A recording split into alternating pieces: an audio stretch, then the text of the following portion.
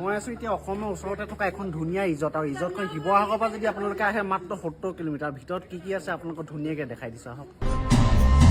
আকাশে গাতে লবৰে মন সাগৰ তলিত শুবৰে মন মনৰ চিলা উৰুৱাই জীৱনে আকাশে গাতে লবৰে মন সাগৰ তলিত শুবৰে মন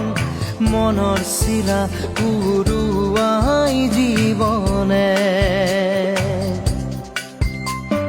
সোণালী হৈ থাক তোমাৰে মোৰে সময় বুকুৱে বুকুৱে ৰৈ যায় যেন মধুময়